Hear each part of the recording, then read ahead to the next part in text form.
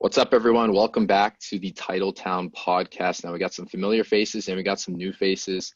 How you guys doing today? I'm with Mike and Chase. Oh, also, before we get into that, really quickly, definitely like and subscribe if you want more of these. We're pumping out tons of content, everything to do with Boston sports. This is very authentic, straight to the point, just how we feel about current events, news, injuries. So yeah, definitely show some love on this. But how you boys doing today? I'm doing good. It's good to be back. Obviously, I just had a video with Christian come out yesterday, a little trade deadline special. But it's nice to have Mike back, and we got some good topics for today. Yep, doing good as well. Looking forward to dive into this.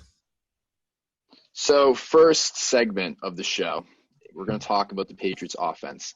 Who is to blame for these struggles? As you know, we're last when it comes to passing touchdowns in the entire NFL, which is crazy because the Jets are in the NFL. So what do you guys think? What's the biggest thing to blame for this Pats offense? I'll start with Chase. Chase, want to go? I mean, I think we all know what I'm going to say. It is not the quarterback situation. It's Josh McDaniels. This man, his play styling, his play calling, I think it's extremely outdated. You know, I'm all for running the ball with Cam Newton, just maybe not on like a 3rd and 9 when it's like a read option, like it's college football.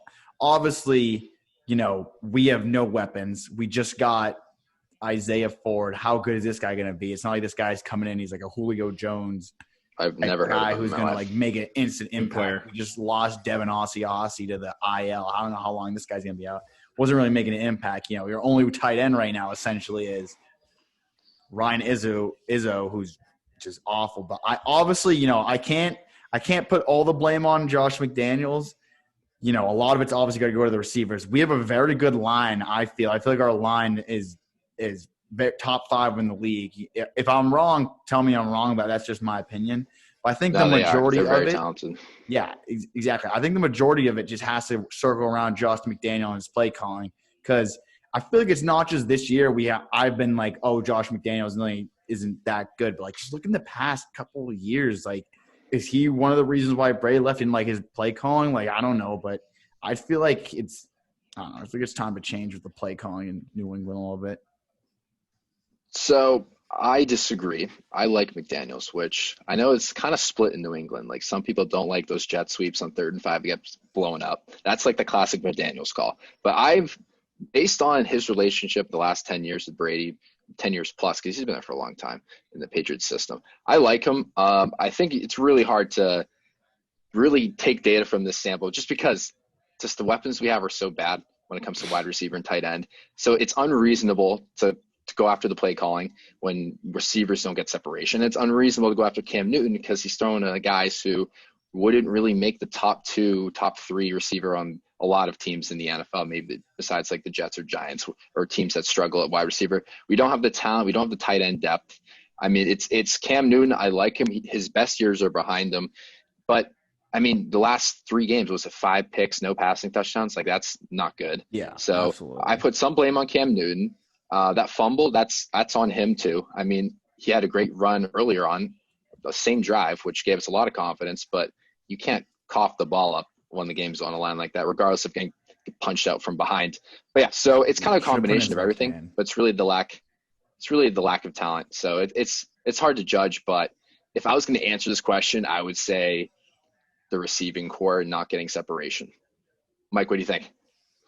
Yeah, I think it's been a lot of things. There's obviously a lot of problems. I think you could go on a game by game basis, but I think if we're talking about like just Buffalo game specifically, I think you hit it pretty good. Just the receiving core and like the tight end depth, like one active tight end. We drafted 2 tight ends in the 3rd round who both have just not been producing. I think Keen played 1 game. Asiasi's like, I feel like he played a few games, but he just doesn't see the field, doesn't get involved. I don't even know if he has a reception yet. So very sad when Ryan Izzo is your only active tight end and you have Jacoby Myers and Demir Bird as your two wide receivers. I mean, Cam Newton's always had crappy receivers. He's never he made Kelvin Benjamin. We saw what happened to his career after he left Carolina, totally. But he was working with Ted Ginn and Philly Brown when he went to the Super Bowl. But obviously the Cam Newton is not the Cam Newton we saw in Carolina. I feel like he's lost a step Running wise, he's not as fast as he was. I still think he has like a lingering injury here and there on his foot. So obviously, can't fumble the ball there, so that's on him. But we were in the position to win that game. I think Buffalo kind of overrated. We played them pretty well. Defense made some stops when they needed to. And there were some coaching decisions, like kicking the field goal on 2nd and 1 instead of like taking a shot in the end zone. I know I think Cam missed Gunner in the end zone, so Bill was like angry. Therefore, just brought the field goal unit on. Maybe if that didn't happen in the previous play, you would have like given him more chances. I think just frustration in general this season. So that call, the onside kick call, I kind of liked it, but who knows if they don't do that, maybe changes things. Coaching itself, you can argue McDaniels' play calls as well, but overall, I think it's just the lack of talent this team has. They just don't have good players. It's tough to win. It's also hard to make. It's really hard to make like aggressive, like go for the jugular play calls when you just don't have a lot of talent. And we kind of started to see that at the end of last season where it would be 3rd and long, and all throughout Brady's career, it's like, oh, Brady's gonna 5 wide, spread him out and try to throw a dot.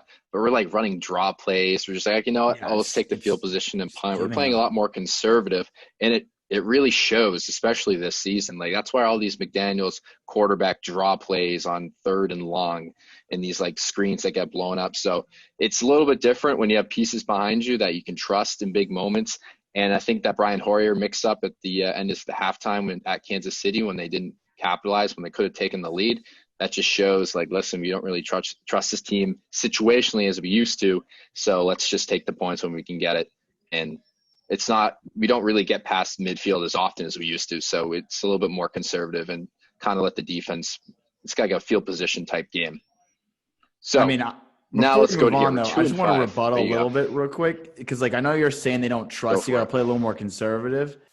And I know like it's obviously lack of talent's a very big part of it, but at the end of the day, you don't play offense. You don't play bend and break offense. You play bend and break defense. And at the end, I just think that a play calling, 3rd and 8, let's do a draw play and like just settle for the field goal. Like no, like I just don't understand how you don't play to tie football games. You play to win. You obviously got to take risks. Like look at the 2014 AFC Championship game, 2015 when Belichick. That was when the end of Steven Gostkowski. That's when he missed that like early field goal, extra point, and then it was like extra point, at Mile and then High. Belichick was not taking any more field goals. Like that's like the kind of mentality you want. Like we're obviously 2-5 right now. There's no reason for us. Like obviously, our defense. We've been holding teams like some pretty low scoring games. It's been an offense that hasn't been able to pull through. But at the end of the day, in my opinion, is that if you're 2-5, you're 2-4. You're 2-3. You have nothing to lose to play conservative. You got to play aggressive. You got to get some momentum. If you get a nice 3rd and 8 pickup, a 3rd and 13 pickup from like a guy, that's how you build trust with your receivers. You don't build trust with your receivers by doing halfback draws in 3rd and long. I think that obviously you're not going to go 12 for 15, whatever it be, 8 for 10 and 3rd and long in a game. But you gotta take those chances and get those receivers experience. You can't just hand it off to James White to get 3 measly yards and make it like a 44-yard field goal, not a 47. All right, so you kind of hinted at it. We're 2-5 right now. Playoff picture, it's a little bit we're in the hunt. I can definitely say that. I feel like a couple more losses, then it's kind of desperation mode. So as of right now, we know we have Jarrett Stidham as a young kid, and we have Cam Newton who's not playing his greatest. Is it time to consider Jarrett Stidham? And I know this might be a kind of a crazy question to ask, but it's good to get young players in a season where they can just get reps in the NFL and kind of get them some upside for the future. Would that be a crazy call to make if, let's say, they lose a couple more games? I mean, personally, so here we go. Like, it all comes down to situational. If Cam Newton wins this game, there's no reason to bench Cam Newton for winning a game. We're not Miami, who's benching Ryan Fitzpatrick after winning the game. It's obviously if we're 2-6 and we just lose to the 0-8 Jets, I am all for throw Stidham in for a game. Give him his chance to prove himself. if he looks god awful like Hoyer did, then obviously there's no point of keeping him in because we still want to stay competitive at the end of the day until the season's over, until you get that elimination, till you it's like no chance to get in. So if it was up to me, Pats win Sunday, 3-5, still in the hunt. Do not put Stidham in. If we lose, and it depends. Like if we're talking like a Cam Newton fumble at the end, like this time, I can't really say Stidham's going to make that any better. If Cam continues to put us in situations to win, I don't say so. But if it's just a sloppy game, lose the 0-8 Jets, put Stidham in. Nothing to lose because losing the Jets right now is essentially the white flag. All right, Mike, floor is yours. What do you think? Yeah, I'm a big fan of both of these guys. I've been a Stidham believer since his Auburn days, but his time in the NFL has been a rough one. I think he's not ready at all. And I think it's pretty dangerous to put a guy out there who's just not prepared. Really hurts your confidence. I think we saw it with Will Grier in Carolina last year. They put him in the final 2 weeks of the season. They were really banged up, horrible offensive line, trying to lose games, and just really difficult time for a young quarterback to grow when your team's trying to lose and giving you no help. I think he threw like 4 interceptions, no touchdowns, and hasn't really recovered since. So it's not definitely a good start. Don't want to see that with Stidham. So if we throw him out there with no one to throw to, no weapons, it's just not great for his career. I feel like the reps are good. It's really good to get in-game reps, and they're very useful for a young quarterback. But I think if he's not prepared, I wouldn't rush into it. But I agree with you. If they lose these next few games and are out of the hunt, I mean, I guess they don't really have doesn't really matter at that point. I guess you could let him know hey, just play loose, do whatever you want. We're trying to lose here, so do whatever. But if we beat the Jets, I think the next Sunday night game becomes really important against Baltimore, another primetime game. I think Cam Newton against Lamar will be a good draw, good for the ratings. Should be a good game in general. So I think Patriots should stick around with Newton, try to get to 5-5 would be my plan. So we'll see. The season's not over, so Cam Newton puts the Patriots in a better position to win right now. Yeah, so for me personally, I actually have a great comparison. So right now, if we are in a situation where our chances of making the playoffs are very slim, which it is right now, but it's not it's over. Let's just get out of these games, get a draft pick here. I think of Frank Gore and that guy Pirine for the Jets. It's Frank Gore, you're giving him 15-plus carries a game. He's not going to be part of your future Super Bowl success. So, what's the point? You're a bad team right now. You're giving a guy who's definitely at the end of his career. Why not give some guy who's maybe he can boom, maybe he's a good player, young good player for the future, get him some NFL reps. And I feel like that's a lot more useful. Right now it's Stidham.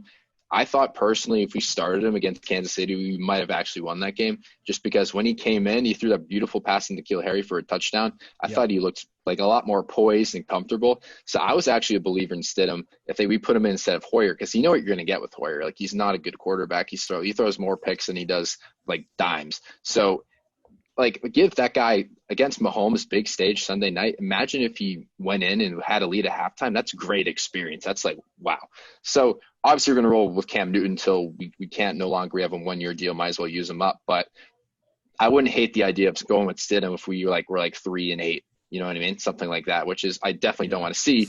But I like Stidham. He's a good kid. So let's flip to the defensive side of the ball. We're having some run-stopping issues, and our secondary is, it's talented. It's very deep. Do you guys think our defense is a little overrated from last year?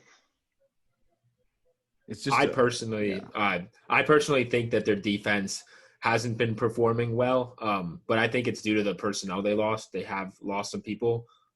Gilmore didn't play last game, but they did fine. I think J.C. Jackson did a decent job. He allowed some catches, made up for it with the interception, and then John Jones did fantastic. I think besides the first drive, I think he didn't even give up a reception. So he stepped up. Those are 2 great corners right there. Getting Gilmore back would be huge. But, yeah, the linebackers haven't been great. Bentley's been missing tackles a lot. Chase Winovich barely logged any snaps, which is kind of strange last week. But I think he's not bad. Should be getting more run compared to some of these other linebackers. But, yeah, I think it's important for the Patriots to pick up their defense a bit. It hasn't last year they had one of the top defenses in the NFL. That's obviously not the case anymore. Maybe they might look like one against the Jets, which is good, but hasn't been the case all year. What do you think? Yeah. Dude, our linebacking core is like two guys. Just sorry, Jason, you can go after. Is. But our linebacking core is two guys. It's Copeland, who's hurt, right? He's out for the year. And like literally it's at that point where we have to bring like Phillips in the box, and he's like some small fast safety. No wonder teams are running on us because we have no second level that with size who can tackle with speed. So this is obviously we miss Hightower big time, and we do. Chung was good on tight ends and man coverage, and he was aggressive downhill like run stopping safety that we liked, and he helped us win a bunch of Super Bowls. He was great. But I think thin linebacking core, that's not a good recipe for being a run stopping team. So yeah, Chase, you can go. But yeah, that's just a good point to add. No, yeah, absolutely. I mean, it all comes down to linebackers. And if we're comparing it, it's two way different teams this year and last year. Last year we had Hightower, Van Noy, and Collins, who are all, they were what we needed. Athletic, to fast. Exactly. Yeah.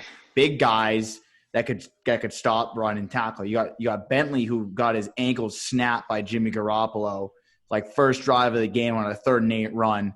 That was just like, well, he's awful, and he just doesn't know how to tackle. It's unbelievable because New England's always been the kind of team where you don't really see us ever not like tackle well. The only time I've ever like really seen the Pats look atrocious tackling was against the Eagles in the Super Bowl in 2017. Every play you got like Nelson Aguilar like gaining an extra like 3 yards to get the 3rd and 8. It's just that's what we're seeing now. The thing is, the secondary didn't really change. We lost Chung. How helpful would Chung really be right now? I don't really know. I'm not a huge Pat Chung guy. I think he's kind of washed up a little bit. But granted, he's still gone. It's another guy that's not there.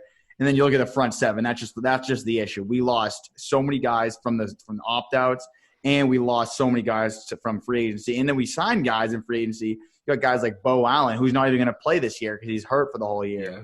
So it's just is the Pats defense overrated? Absolutely. But this is a whole different year, so I don't think our expectations shouldn't be nearly as high they were last year for a team that had 2 shutouts maybe before we started losing games when we were undefeated. But yeah, we were an outstanding scoring defense. Yeah, I thought a big red flag was that San Francisco game. They pounded the rock with Jeff Wilson Jr., who I think we all can agree isn't that big name, really talented running back as Mostert is.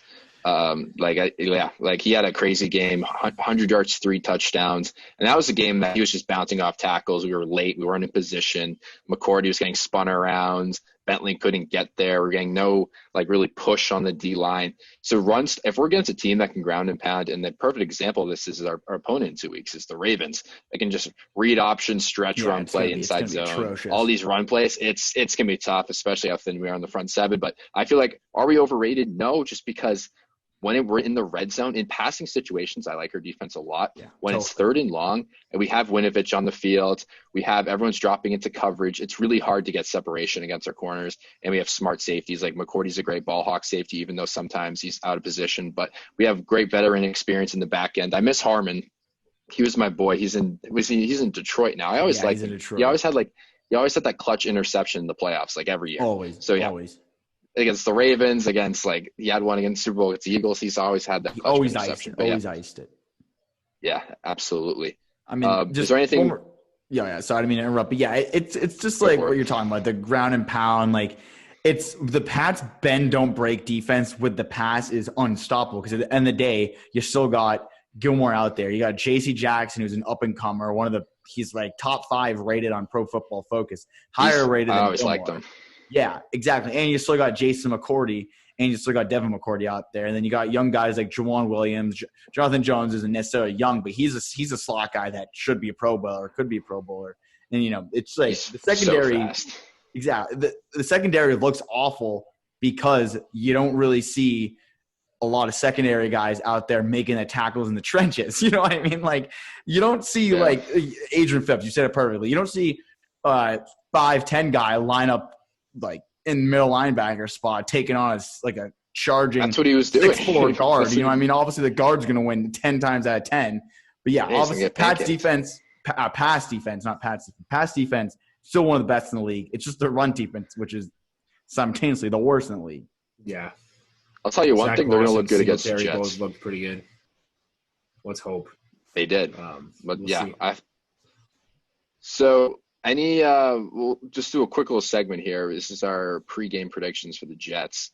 Not much of a prediction because this isn't the biggest Monday night matchup we all want to see, but it's a must-win game, which I haven't said in years when it comes to Pats Jets, based like back to the Rex Ryan days when it was big games against the Jets. But what do you guys anticipate will happen on Monday night?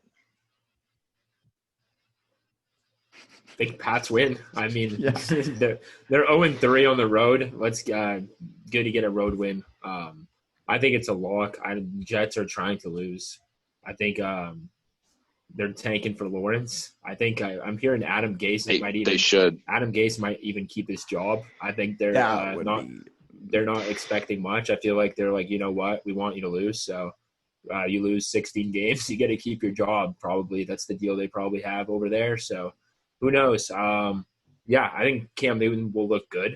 I think the run game will look good. The defense will look good. I think we're going to get some confidence, and the Patriots are going to look like themselves, I think, Monday night. And I'll be looking forward if they can replicate that against the Ravens. I know we probably should be taking this one game at a time, but I'm thinking already ahead to Baltimore. I think this is just like a extra step along the way.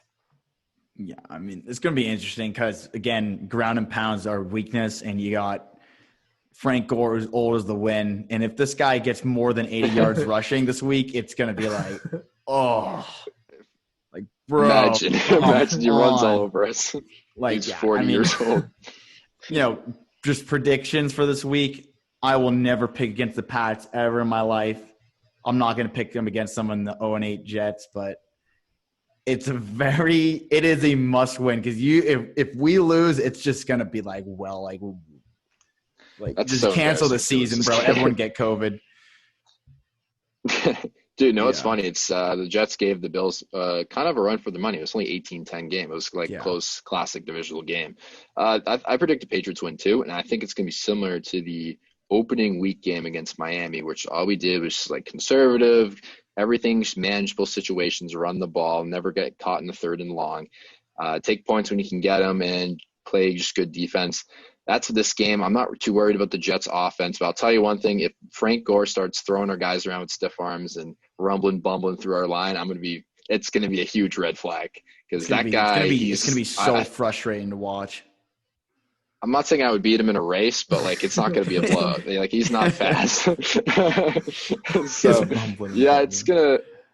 that guy is he's a great all-time player, but not on Monday night, hopefully. So hope you guys enjoyed this. Definitely check out our Twitter and our Instagram. We post up to date, basically everything to do with Boston sports. So trade transactions, injury news, Bruins outlook, Red Sox, Celtics, Patriots. So yeah, definitely check those out. Become a follower, subscribe to the channel, and we'll see you guys in the next episode. Absolutely. Awesome. Peace.